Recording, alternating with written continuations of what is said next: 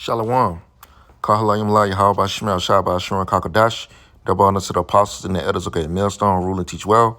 Much peace, love, and salutation to all the brothers doing this work in truth and sincerity. Shalom. This is the brother Batak back again through the Spirit with another lesson. Lord willing, it be edifying. This lesson is going to be centered around the age of enlightenment. Basically, it's Esau's rebellion against the law or God itself. But it's just put in fancy terms.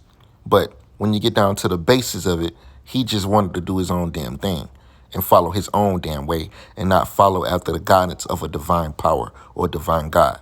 So the age of enlightenment came around the 1800s. But, it says, or also known as the age of reason. Age of reason. It says the age of enlightenment, or the enlightenment, also known as the age of reason, was an intellectual and philosophical movement that occurred in Europe, especially Western Europe, in the 17th and 18th centuries, with global influences and effects.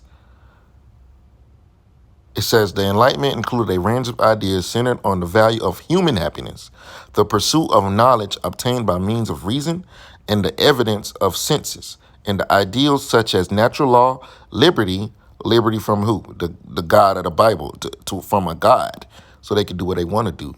Natural law. What is natural law? I never looked up natural law.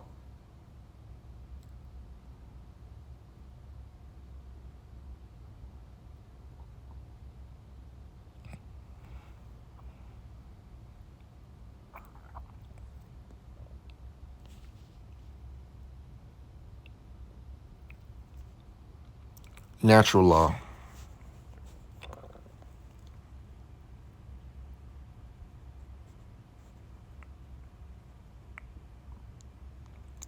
In my observation, okay, so let me see. Modern natural law theories took shape in the Age of Enlightenment, combining inspiration for Roman law, Christian scholastic philosophy. It was used in challenging. Oh, here it is. Here's a good piece of, because you gotta find, me personally, all these words and things like that, it's just a waste of energy. I like to get to the point. So what is the real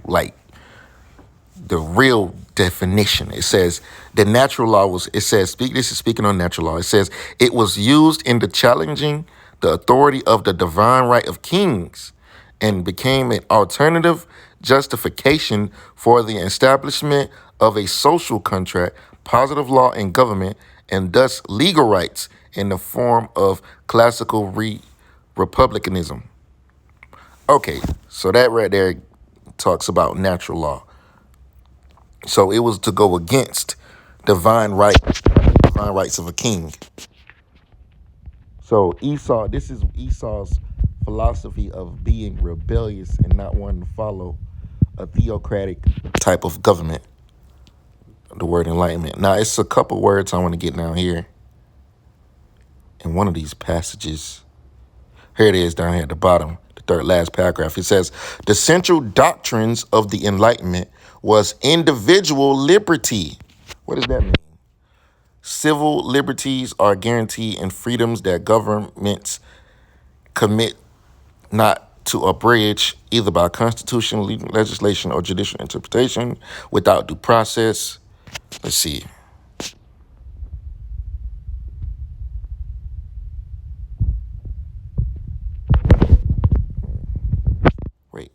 Individual liberty. Okay, the central doctrines of the Enlightenment were individual liberty, and religious tolerance. What does that mean? Religious tolerance may signify no more than forbearance and the permission given to the adherents of a dominant religion for other religions to exist, even though the latter are looked on with disapproval as inferior, mistaken, or harmful. Okay, it says, in opposition to an absolute monarchy and the fixed dogmas of the church, the concepts of utility and sociability were also crucial in the dissemination of information that would better society as a whole. The Enlightenment was marked by an increasing awareness of relationship between the mind and the everyday media of the world, and by an emphasis of the significant movement and reductionism, along with increased questioning of religious orthodoxy and attitude captured by Kant's essay answering the question, what is enlightenment?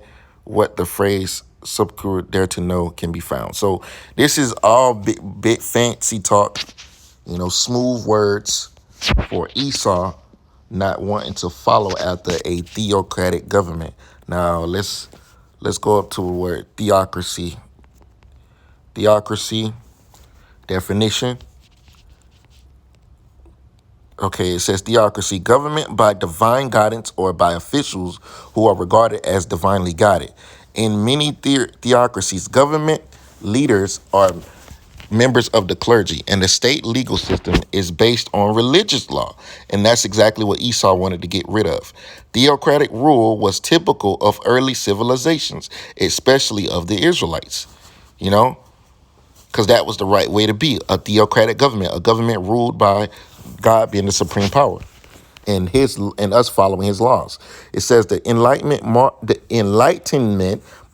end of theocracy in most Western countries, and that's exactly why America today is out of order.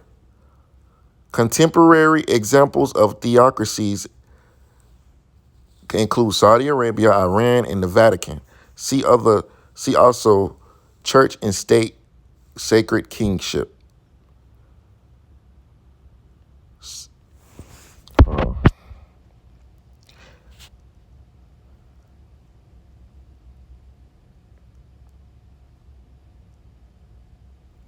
Sacred kingship. It says religious and political concept by which a ruler is seen as an incarnation, manifestation, mediator, or agent of the sacred or holy. That's what in today's terms, that's what Yahushua will be. He will be a sacred kingship, a so-called leader of the world. He's going to be the King of Kings and the Lord of Lords. So this would be a great example of Yahushua. It says the transcendent or supernatural realm. The concept originated in prehistoric times, but it continues to exert a recognizable influence in the modern world. At one time, when religion was totally connected with the whole existence of the individual, as well as that of the community, and with kingdoms were in various degrees connecting the religious powers or religious institutions, that could be no kingdom that was not in some sense sacral. Among the many possible kinds, I can't see the full article, but if you go up, it says one of the related topics is the divine right of kings. Divine right of kings. It says divine right of kings in European history, a political doctrine in defense of monarchical absolutism, which asserted the kings derived their authority from God. And that's true. That is true. Now let's get some precepts to back that up.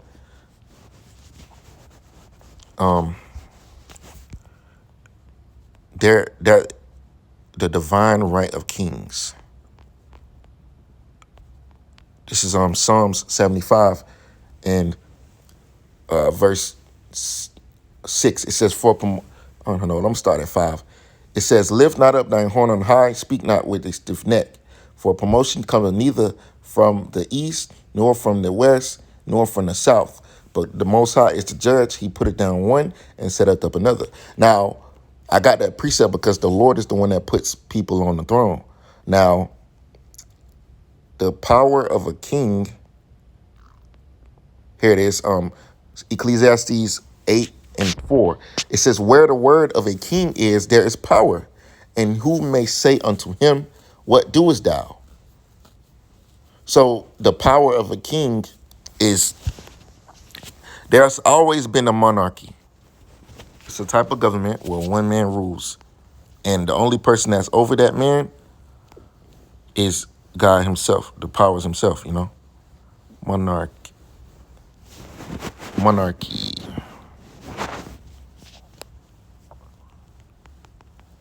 A monarchy, a kingdom, territory ruled by a monarch, ruled by one person with supreme power, sovereignty, absolute power.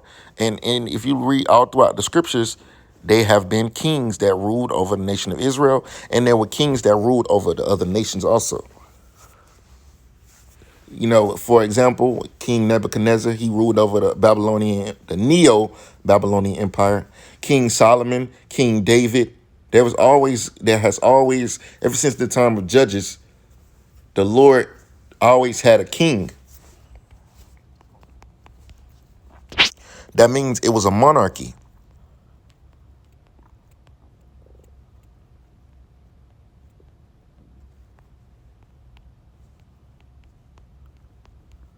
Because the king was the leader of the people. The king is the person that led the people. You know, hold on, let me see.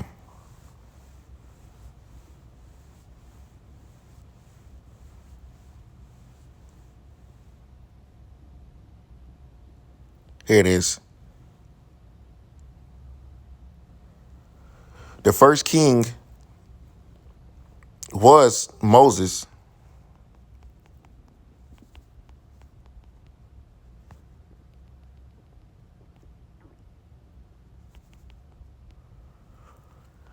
The first king over Israel was Moses. It's a scripture. It's in Deuteronomy 30. Here it is. It's the book of Deuteronomy 33:1. And this is the blessing wherewith Moses, the man of the Most High, blessed the children of Israel before his death. And he said, Yahweh came from Sinai and rose from Seir unto them. He shined forth from Mount Paran, and he came with 10,000 of saints. From his right hand went a fiery law for them. Yea, he loved the people. All his saints are in thy hand. And they sat down at thy feet. Every one shall receive thy words. Moses commanded us a law, even the inheritance of the congregation of Jacob.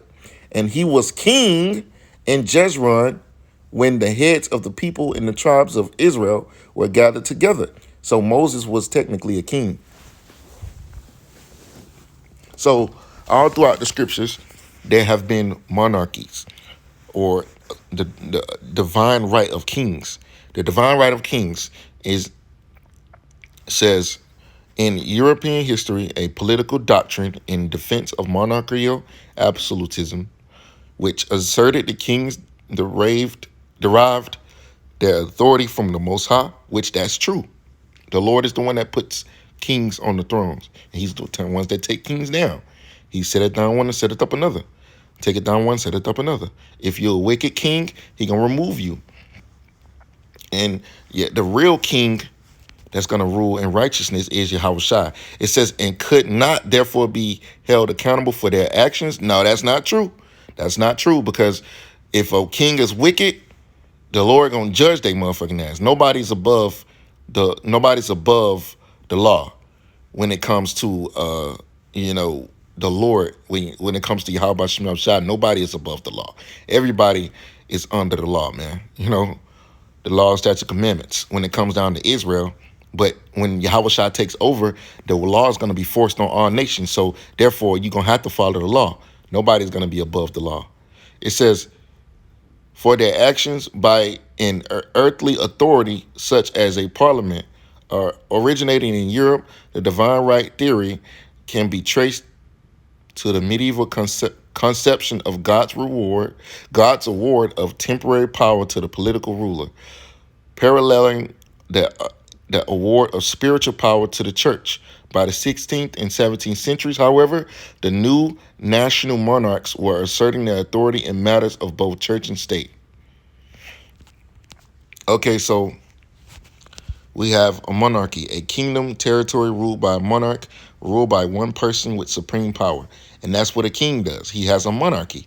And this form or this type of government will come back into the earth, because this new Enlightenment, age of Enlightenment, which strayed the Western world away from a theocratic government, is going to be taken out. You know, ain't going to be no age of Enlightenment in the kingdom, man. Everybody going to have to follow the law, the law, statute, commandments of the Bible. Baruch 4:1. This is the book of the commandments of the Most High, and a law that endureth forever. All that keep it shall come to life, but such as leave it shall die. And that's what happened when Esau came up with the theory of the age of enlightenment, and following after basically getting rid of the power, and separating the church and state, separating the church from so-called religious law, separating religious law, and they came up with their own forms of government. I read on an article, which I couldn't find it. It might be on my laptop, that basically Esau, he wanted to separate the government up into three forms of government, like judicial, legislation, and I believe political. But see, that's the same thing that America does today. There are branches of government. Power is separated. And this is a new thing. This is not the old way of things being done.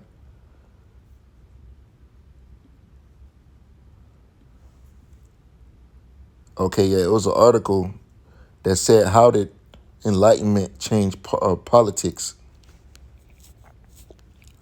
I'm looking on my phone right now. One of the key things was the separation of powers. I'm going to just read a couple things. This is on my laptop. I'm going to read a couple things. It says the separation of powers. The Baron D. I'm not going to say that word, argued that power should not be consecrated in just one person. Instead, he called for a balanced distribution of power between executive, legislation, and judicial authorities.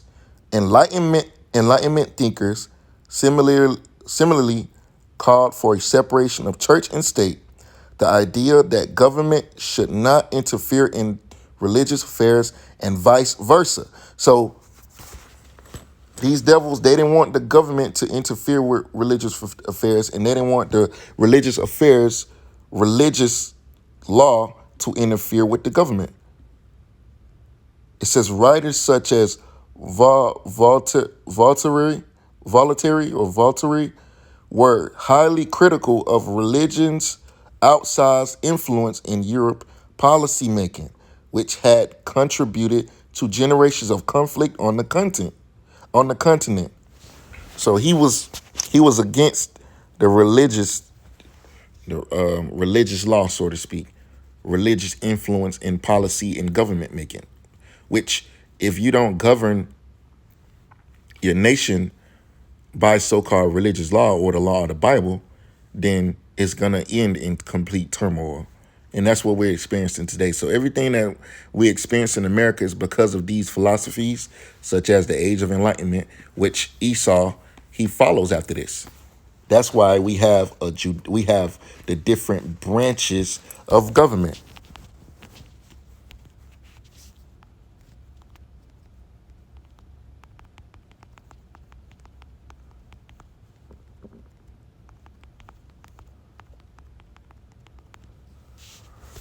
It says the federal government is composed of three different distinct branches: legislative, executive, and judicial. Now, boom. Now what we just read. What did I just read about the Age of Enlightenment?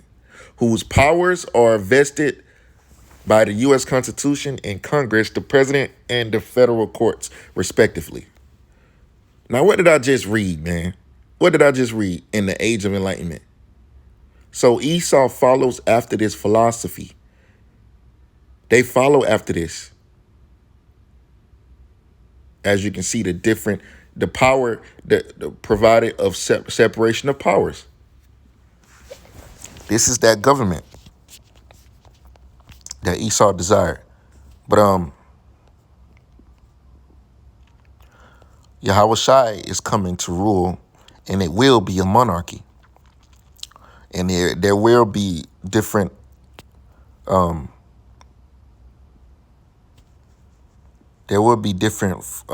levels to government, but Yahweh Shai is going to be the king over all. Let me get a precept real quick, because this is our king that we want to rule. Luke 19:27. It says, But those mine enemies which would not that I should reign over them, bring hither and slay them before me. So if you don't want Yahweh Shai to reign over you, you're gonna be killed. Yahweh Shai is known in the Bible as the King of Kings. He is gonna be the supreme ruler. Let's get the book of Daniel 7. Daniel 7 and 13. Daniel 7 and 13, it says, I saw in the night visions, and behold, one like the Son of Man came with the clouds of heaven, which is talk about Yahweh Shai. It's in the chariots. It says, and came to the Ancient of Days, which is the Heavenly Father. And they brought him near before him. And there was given him dominion and glory and a kingdom. That was given to who? Dominion during the kingdom. Yahweh Shai, who the world ignorantly calls Jesus Christ. He is going to bring a new government, the old government, back into power. That theocracy type government, that all people, nations, and languages should serve him. His dominion is an everlasting dominion which shall not pass away, and the kingdom which shall not be destroyed.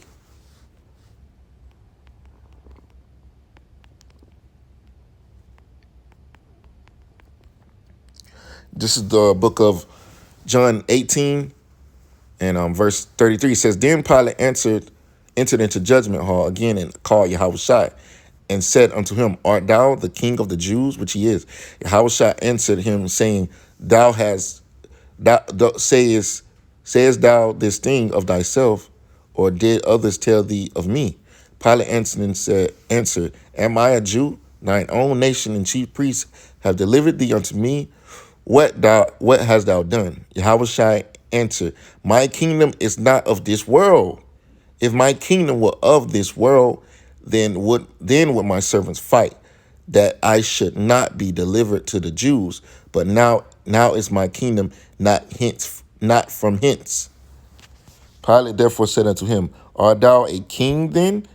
Yahweh Shai answered, Thou sayest that I am a king. To this end was I born, and for this cause came I into the world, that I should bear witness unto the truth. Everyone that is of the truth heareth my voice. So Yahweh Shai made it. Hold on. Yahweh Shai was a king, but the point I wanted to get was his kingdom is not of this world, which Yahweh Shai is coming to establish his kingdom, He was given that dominion, he was given that power, and soon he was given that glory, and soon we're going to see everything that he has received. He's coming to, here it is, Matthew 2 and 6. And thou, Bethlehem, in the land of Judah, art not amongst the least among the princes of Judah. For out of thee shall come a governor which shall rule my people Israel. Right, that's that king.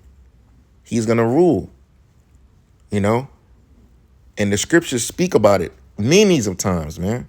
How Yahweh Shai is going to rule over the nations, man. Revelations 2 and verse 25. But that which ye have already, hold fast till I come, which these are words of Yahweh Shai. Hold on to this word till he come, and continue in the word. And he that overcometh and keepeth my works unto the end, to him will I give power over the nations. Because Yahweh Shai has been given that authority, and he's going to be sharing it with the elect. And he shall rule with them with a rod of iron. As the vessels of a potter shall they be broken to shivers, even as I received of my Father. Now, I'm going to get a couple more precepts. Remember, Yahweh Shai said he received that from his Father.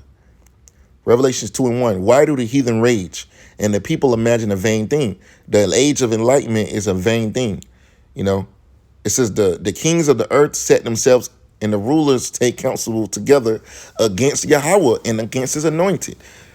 Right, which is what example of that is the age of enlightenment. They came against the laws of the Lord, and they wanted to separate the church from the state, which they did, which separates the power of the religious law and separates religious law from the government. If they would have followed that the religious law, there would be no homosexuals, and there wouldn't be a lot of things that goes on will be governed by the scriptures and by the Most High, which is by the scriptures. It says, saying, let us break their bands asunder and cast away their cords from us. He that sitteth in the heavens shall laugh, the Lord shall have them in derision. So that's what Esau did. He wanted to break away from the traditional, the Western way, the old way of doing things, and come up with this new form of government. You know, which they also had that during the Roman Empire. You know,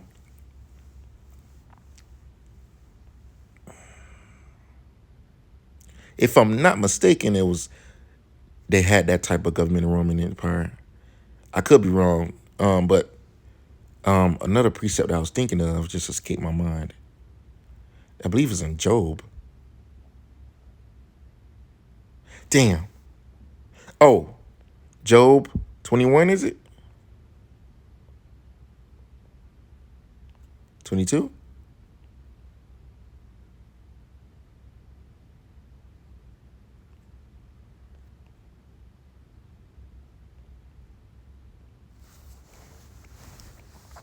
It was basically about, hold on. Here it is. The book of Job 21 and verse 14. It says, therefore, they say unto the Most High, depart from us, for we desire not the knowledge of thy ways. What is the Almighty that we should serve him? And what profit shall we have if we pray unto him? Lo, their good is not in their hand. The counsel of the wicked is far from me. So this is the mind of Esau, and this is one of the reasons why he was born to be the wicked. He is the wicked of the earth. He's totally contrary against the Bible.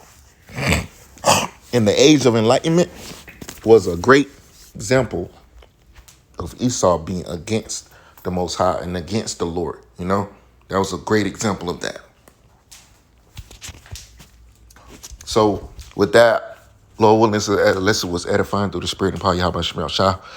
I'm going to close out by giving all praise and glory to Yahweh Shemel Shah by Shemel Kakadash. Up on us to the apostles and the elders, great millstone, rule teach well. Peace, love, and salutation to the brothers in his work, truth and sincerity. Shalom, Kom Yasha Allah, wa Baba Ba, wa Ba Shalom.